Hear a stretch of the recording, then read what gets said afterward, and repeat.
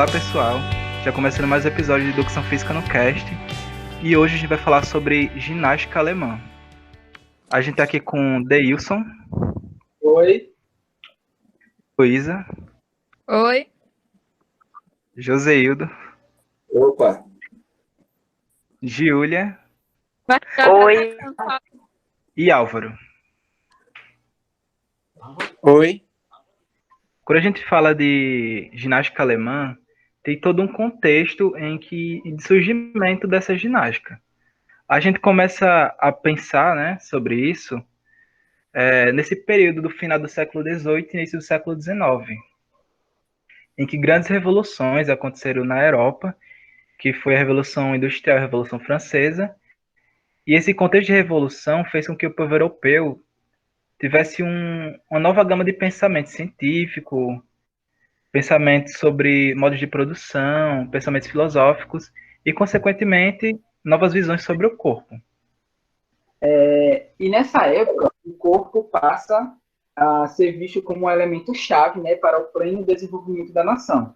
E, assim, fortalecer, revigorá-lo para, assim, ser um imperativo das teorias médicas e pedagógicas também do século XVIII e início do século XX. Isso muito bem colocado. E é justamente nesse contexto, né, de novos olhares sobre o corpo que nasce um movimento nacionalista que tem como base essa questão da corporeidade, né? De você trabalhar o corpo social daquela população para que ela possa servir ao Estado. E como é que isso surge? Durante esse período citado, a região que a gente conhece como Alemanha, ela era pertencente ao Sacro Império Romano Germânico, que era uma região que pegava ali a Alemanha, pegava a Suécia, pegava a Áustria. E esse governo, ele estava meio que em declínio devido a várias guerras. E justamente nessa época, Napoleão Bonaparte, ele chega nessa região. E o povo germânico, de início, achou muito bom isso.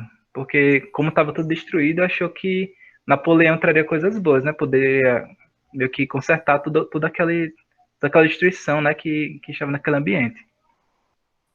Só que com o tempo eles foram percebendo que as tropas de Napoleão não se comportavam bem. Ele queria meio que mexer na estrutura cultural daquela região. E nesse contexto, a população começa a criar esse viés nacionalista. E eles usam justamente o corpo como meio de trabalhar esse sentimento de camaradagem entre a população. Criar um corpo mais forte que possa servir ao Estado. E justamente servindo ao Estado é conseguir sair, né, dessas influências estrangeiras e novamente reconstruir toda aquela cultura germânica que ali estava presente. Muito importante nesse período. Ele publicou algumas regras para o que a gente conhece como educação física hoje, em 1793.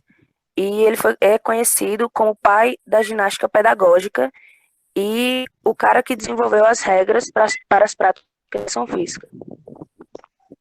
E é bastante interessante também saber que Gutsmuts descreveu no seu manual, né, 106 jogos de distintas origens e características. Essas características eram organizadas em duas categorias, que eram denominadas de movimento e sentados ou de descanso. Importante lembrar que ele se apoiava em teorias médicos e higienísticas para pensar o lugar dos exercícios físicos na educação do indivíduo. É importante citar também que a obra de Gutsmuts ela tem muito apoio no livro O Emílio, publicado por Rousseau. Que Rousseau ele defendia uma educação feita ao ar livre na natureza. E isso foi muito importante no manual de Gutsmuts, que ele defendia muito essa questão das atividades serem feitas ao ar livre para que a pessoa ela pudesse ter esse contato maior com a natureza, né? Que ele acreditava que a urbanização foi muito prejudicial para as pessoas, que elas estavam mais inativas e tudo mais. E essa volta, né, ao ar livre, a prática corporal ao ar livre, a equitação, a natação, ajudaria muito a população alemã a readquirir esses hábitos antigos que, segundo ele, eram ótimos para a saúde do indivíduo. Isso mesmo. Muito bem colocado. Em 1793, publicou o primeiro livro escrito sistematizado da ginástica, que tinha como título Ginástica para a Juventude. Só 7 anos após a publicação do livro, foi traduzido para a língua inglesa e publicado na Inglaterra. E acabou se tornando referência no meio da educação física. E Deu certo. basicamente, no livro, nele tinha a educação física como uma harmonia com a educação espiritual e intelectual também. É bastante defendida com base nas teorias da polícia médica, né, e nos preceitos educacionais expostos por Rousseau, como meu colega Luan já citou. E sem contar, né, que no livro ele cita também que a atividade física era meia natureza, né?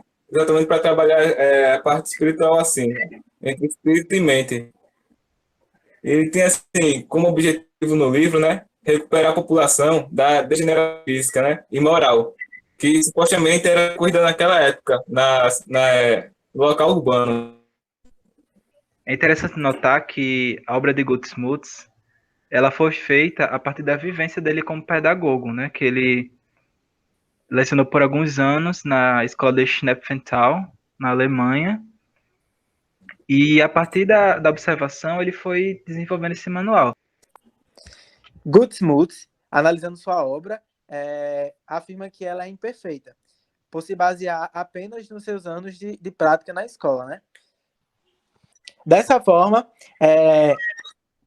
o melhor jeito, né, a melhor performance teórica é de pouca utilidade, se não for adaptada ao seu local e às suas circunstâncias, o que de fato acontece com o sistema ginástico puramente fisiológico.